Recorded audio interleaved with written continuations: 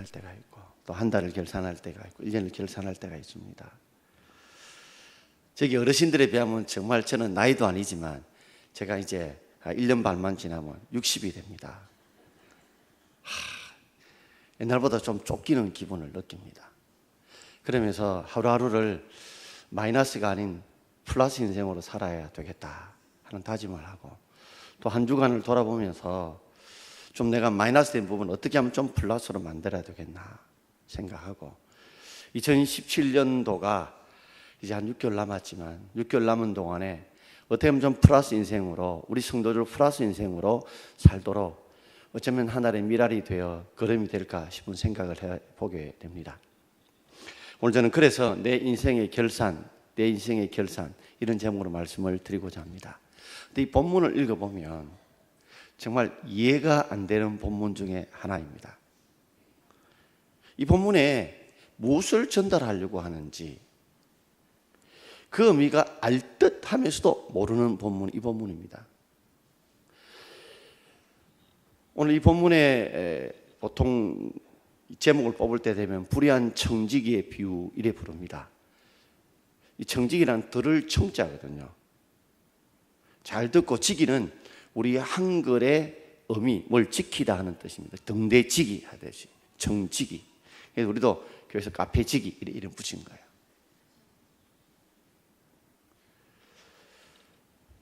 근데 이 본문을 보게 되어지면 비유의 핵심 의미를 알아야 됩니다. 비유는 옳고 그른 도덕성을 말하고자 하는 것이 비유의 목적이 아닙니다.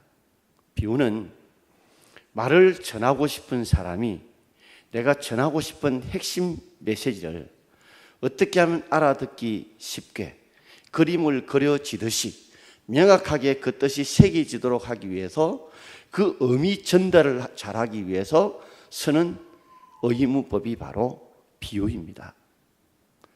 그러므로 오늘 본문에 보면 이 불의한 청지기가 주인의 재물을 가지고 자기 재물도 아니면서 좋은 일에 사용합니다. 이건 도덕적으로 옳지 않아요. 도덕성에 초점을 두기 위해 오늘 이 비유의 말씀을 하는 것이 아니라는 것입니다. 이전까지는 이 옳지 못한 청지기, 불의한 청지기가 잘못 살았어요. 근데 파면을 당하면서, 그 파면을 당하면서 남아있는 기간 동안에 그가 어떻게 하면 바로 잘 살 수 있었는가, 어떻게 하면 올바른 길을 걸어갔는가, 그의 현재의 변화를 통해서 미래를 준비하는 그 지혜를 말하기 위해서 오늘 예수님께서 이 불의한 청지기의 비유를 말씀하신 것입니다.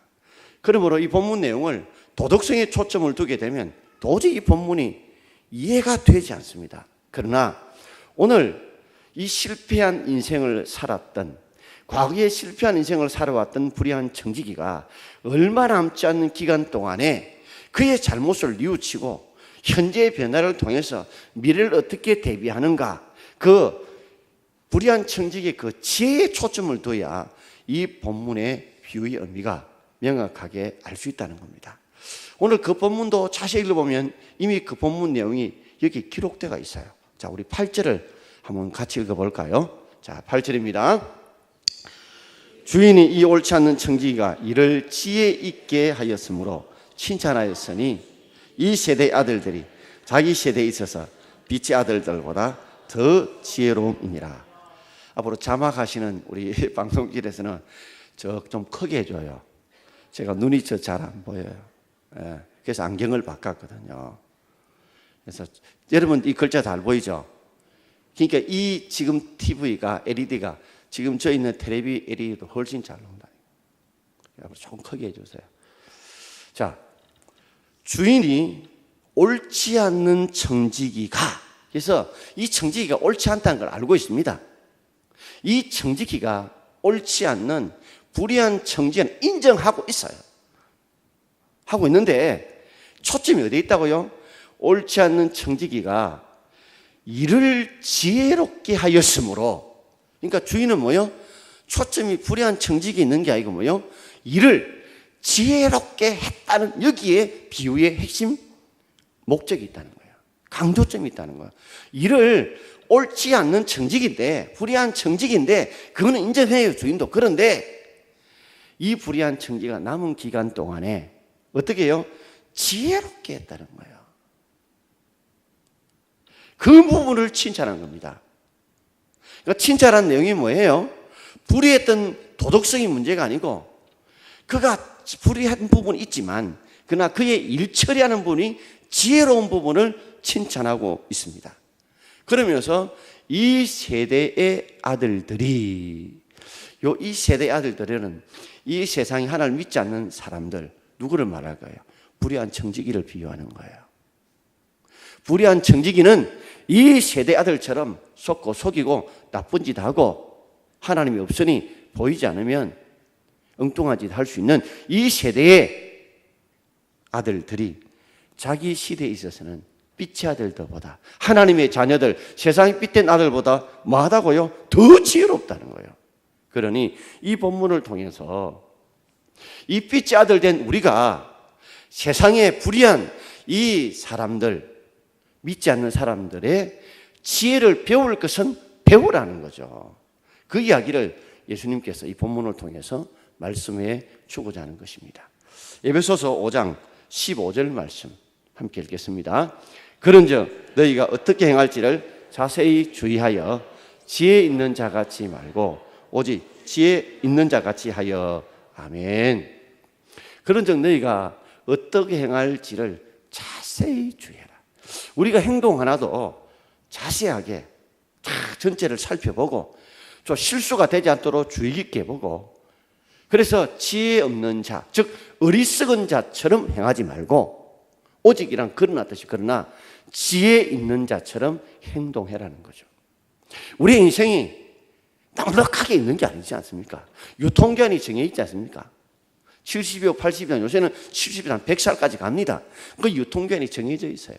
그 기간 동안에 우리가 지금 남은 시간 동안에 우리가 우리의 살아가야 될 삶과 행동을 정말 잘 어떻게 자세히 주의 깊게 분석해서 후회하지 않도록 보람되게, 그리고 많은 사람에게 영향을 끼치며 하나님께 영광 돌릴 수 있는 그렇게 지혜로운 자처럼 살아가라는 거예요.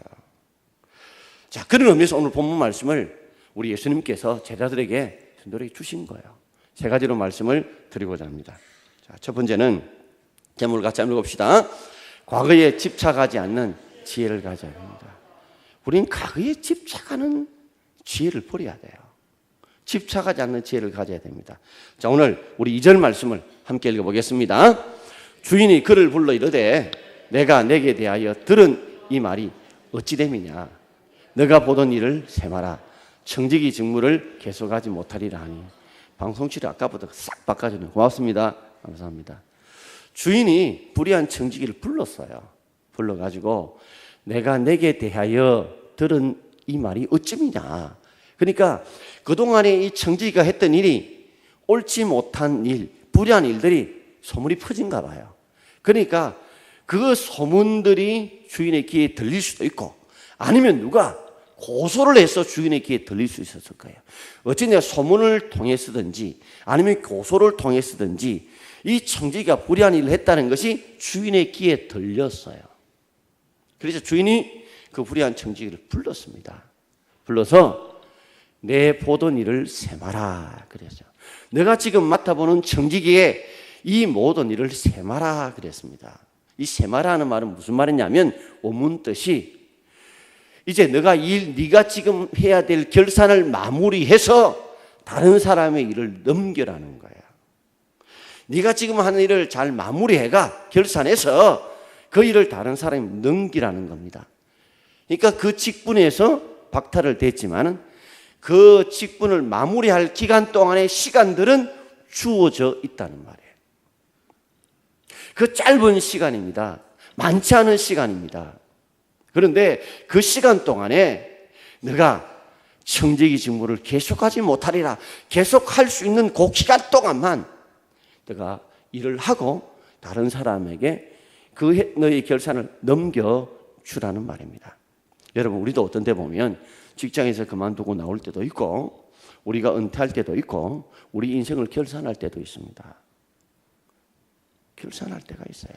어떤 상황, 어떤 형편인지 모르지만 그럴 때에 우리가 남은 기간이 얼마 되지 않는다 할지라도 그것 때문에 자포자기하거나 낙심하거나 안 돼, 못 돼, 할 수 없어 이렇게 포기하지 말라는 거죠. 그 짧은 시간, 남은 시간만이라도 과거의 잘못된 일이지만 현재의 변화를 통해서 미래는 좀 어렵게 좀 더 나은 인생을 살 준비 계획들이 우리에게 필요하다는 말입니다.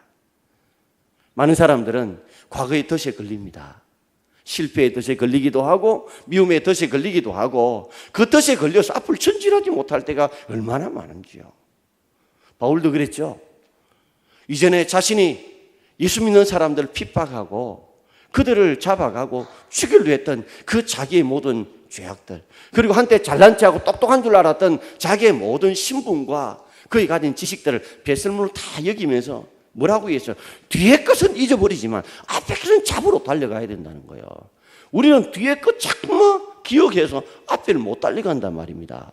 근데 바울은 뒤에 것은 잊어버리고 앞에 것은 잡으려고 달려가는 이 결단이 바로 우리의 남은 인생 동안에 이 과거의 우리의 실수, 잘못들, 실패들이 우리의 덫을 만들어서 태클을 잡아서 앞을 전진하지 못하는 그런 잘못된 그런 지혜 없는 행동을 해서는 안 된다는 말입니다.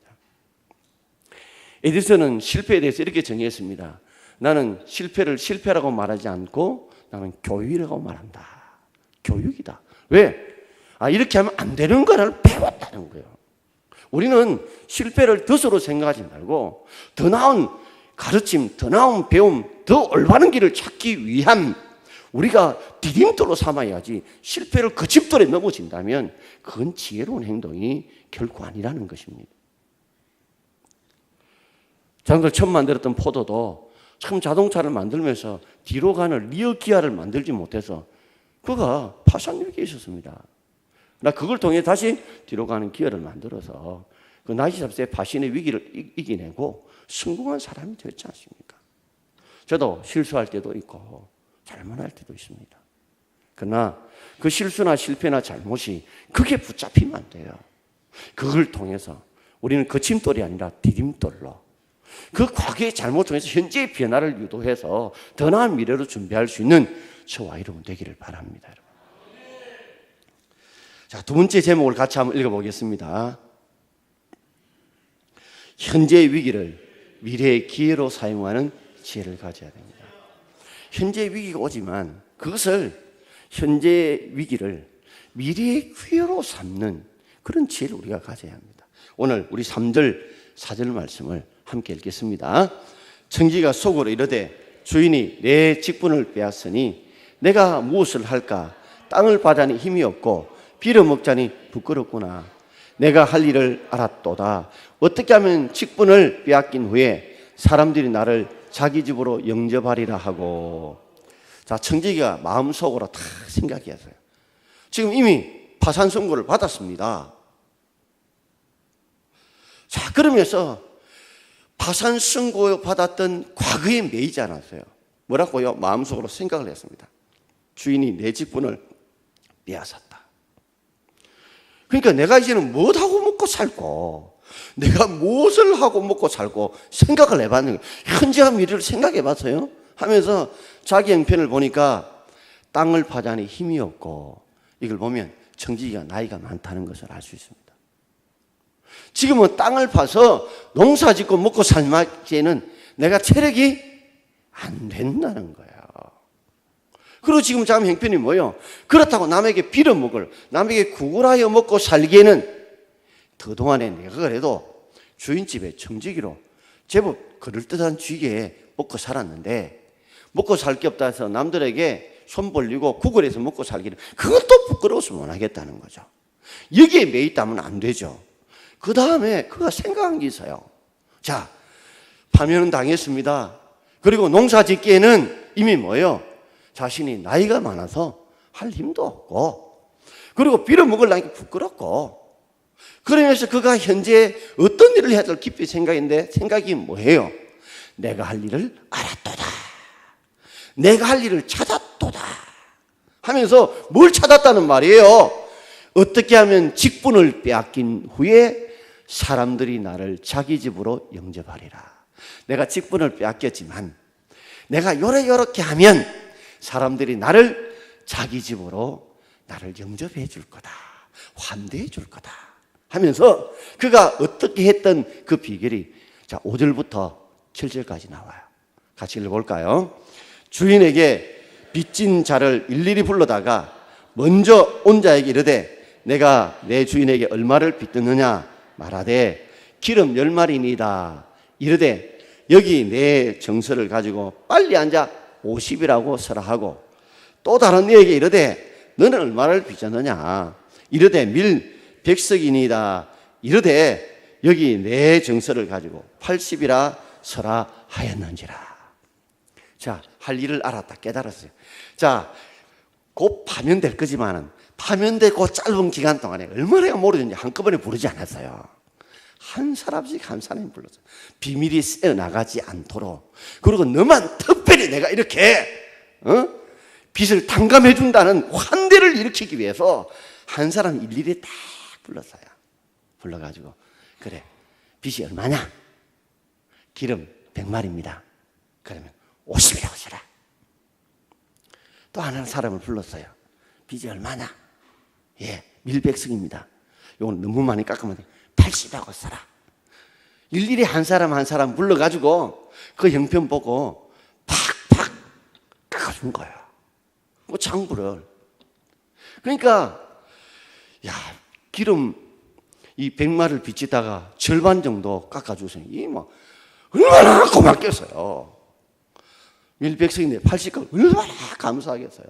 그러니 이 사람들이 내가 자신이 50씩 깎아주고 20씩 깎아줬던 것 그 고마움을 잊지 않고 내가 직분 빼앗긴 이후에 나를 영접해서 환대해 줄 거다. 자, 이걸 보면 이 방법이 불이하잖아요.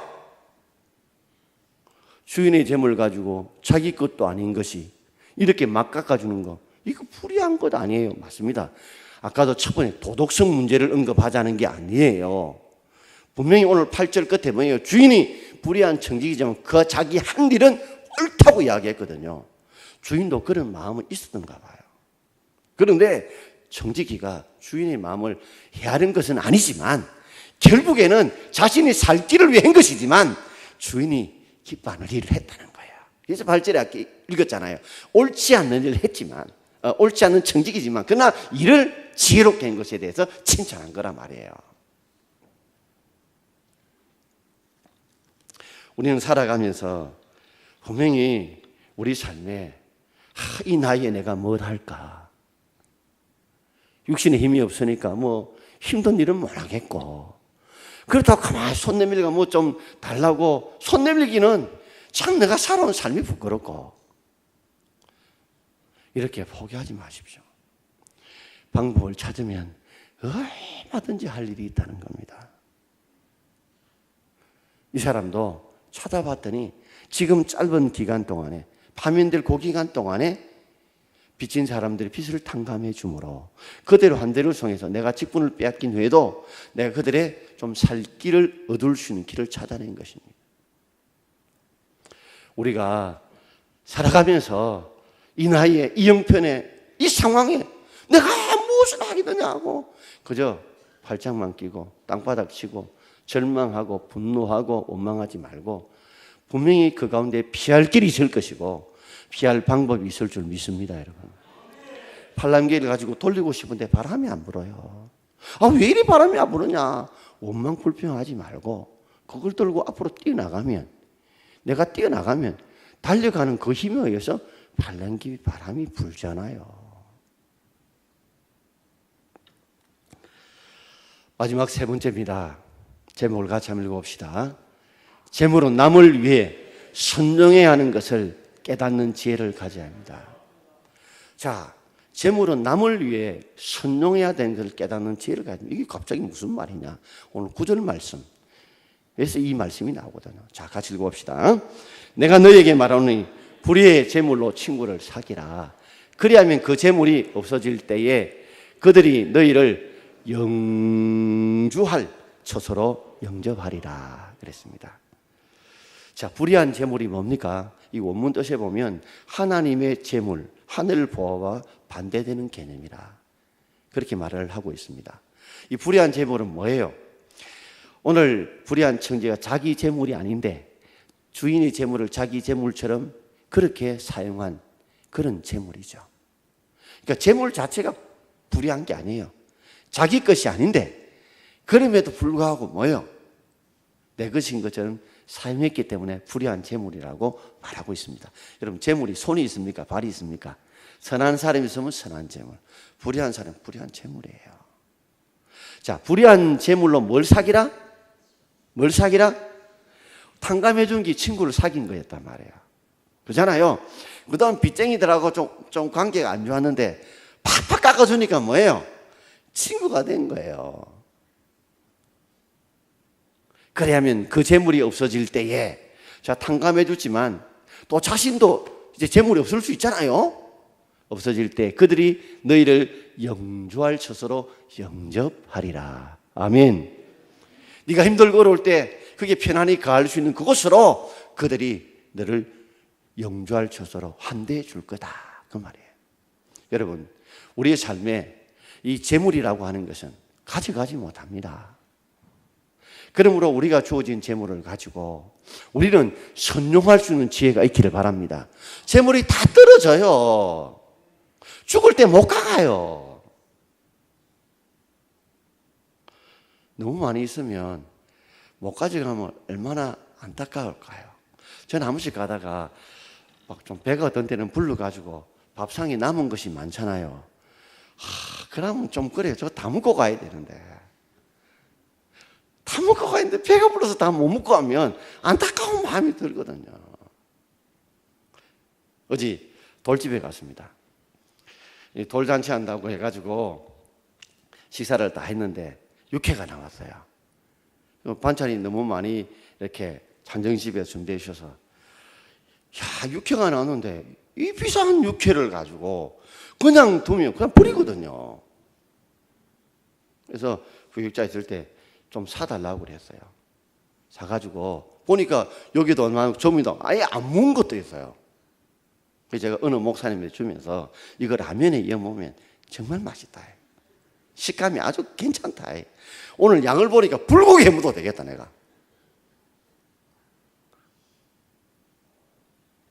우리의 삶에 살아가면서 참 우리가 어떤 것들을 베풀고 선용할 수 있는 그런 지혜가 여러분께 있기를 바랍니다. 저는 끝으로 한 이야기를 드리고자 하고 마치고자 합니다. 최용호 씨의 구두쇠 할머니의 무덤이라는 글이 있습니다. 구두쇠 할머니의 무덤. 이 내용이 뭐냐면 이런 내용입니다. 아주 돈이 많은 구두쇠 할머니가 있었는데 땡뽀예요, 땡뽀. 돈을 베풀질 않아요. 근데 그 마주보는 집에 반찬 가게를 하는 할머니가 계셨는데 이분은 또 반찬 가게를 하는데 반찬이 별로 맛이 없어요. 그런데 이 할머니 집에 반찬 가게 가면 막 조금 사도 막 팍팍 넣어주는 거예요. 어떤 데는 돈 없이 가도 막 그냥 주는 거예요. 그러니 이 반찬 가게 이 할머니 음식 좀 맛없게 하는 이 할머니 집에 늘 사람이 붐비는 겁니다. 그러니 많이 팔다 보니까 결국 생기는 것도 있고 할머니도 먹고 살만 했어요. 그런데 그동안에 아주 구두쇠였던 이 할머니가 죽고 말았습니다. 자식들도 없었어요. 결국에는 이 할머니가 마을 사람에 의해서 공동묘지에 묻혔는데 아주 저 귀퉁이 변방에다가 이름도 없이 빛도 없이 묻혔어요. 근데 얼마 후에 마을에 이상한 소식이 들리는 겁니다. 반찬계의 할머니가 이전처럼 반찬을 베풀지 않는다는 거예요. 이상하다. 뭔지 싶어가지고 사람들이 직접 가서 물어보기는 그렇고 이 주위 사람들이 목사님을 수신 것입니다. 목사님이 그래도 그 할머니 좀 잘 아니까 한번 자초지종을 알아보도록 한번 해보십시오. 그래서 목사님이 찾아갔어요. 굉장히 꺼내기 힘든 말을 반찬가게 할머니, 이전에는 반찬가게 좀 많이 베풀고 나눠주고 이러더니 요새는 왜 그래 안 하냐고. 그랬더니 내가 이 말은 하지 말아 했는데 하면서 자초지종을 이야기하는 겁니다. 구도대 땡보 할머니가 그동안에 이 돈을 죽을 때가 가까이 오니까 이제 이 돈을 선하게 써야 되겠다는 깨달은 거예요. 그래서 이 돈을 반찬 가게 하는데 맛없이 반찬 할머니한테 막 돈을 팍팍 지불해 준 겁니다. 그러니까 할머니는 뭐예요? 돈을 많이 받았으니까 넉넉하게 주니까 좀 반찬인가 막이 없어도 많이 팔리니까 그 반찬가 할머니가 살만한 거예요, 넉넉하게. 그리고 동네 어려운 사람들은 좀 맛이 없지만 집에 가 조금 양념해가 하면 되니까 또 양을 많이 주니까 그 가게에 뭐 불이 나는 거예요. 그런데 돈 대줄 할머니가 죽어본 거예요. 그러면서 반찬가게 할머니가 하는 말이 이 말입니다. 내 가난한 반찬가게 할머니인데 사람들은 한 번도 할머니 돈이 어디서 이마에 나서 이렇게 반찬을 호하게 줬냐고 하나도 한 사람도 묻는 사람이 없더라는 거예요. 내가 빌딩을 빚내놓고 뭐 땅을 담보로 잡고 장사하는 것도 아닌데 이렇게 호하게 주면 어디서 돈이 나는지 물어봐야 되는데 아무도 안 물어보더라는 겁니다. 그리고 내가 말하지 못한 거는 그 앞집에 있는 구도시 할머니가 절대로 이야기하지 말라고. 그래서 내가 이때까지 약속을 지켰다고. 그러자 목사님과 동네 모든 사람들이 구도시에 죽어도 할머니 무덤 가가 울었다는 겁니다.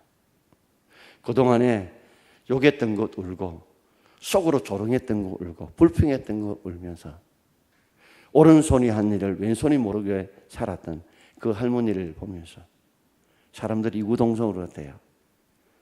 천국 가서 참 상이 크겠다 할머니. 그러면서 죽으면 난 이제 할머니 옆에 묻혀야 되겠다 그랬답니다. 사랑하는 성도 여러분, 우리의 삶이 이제 오늘 불의한 청지가 파면당한 이 위기 속에서 과거에 매이지 않았고 현재 짧은 남은 기간 동안에 현재의 자신의 삶을 돌이키는 변화를 통해서 미래를 대비하는 지혜를 우리에게 보여준 것처럼 저와 여러분들이 그런 우리가 되기를 주의 이름으로 축원드립니다. 기도하겠습니다.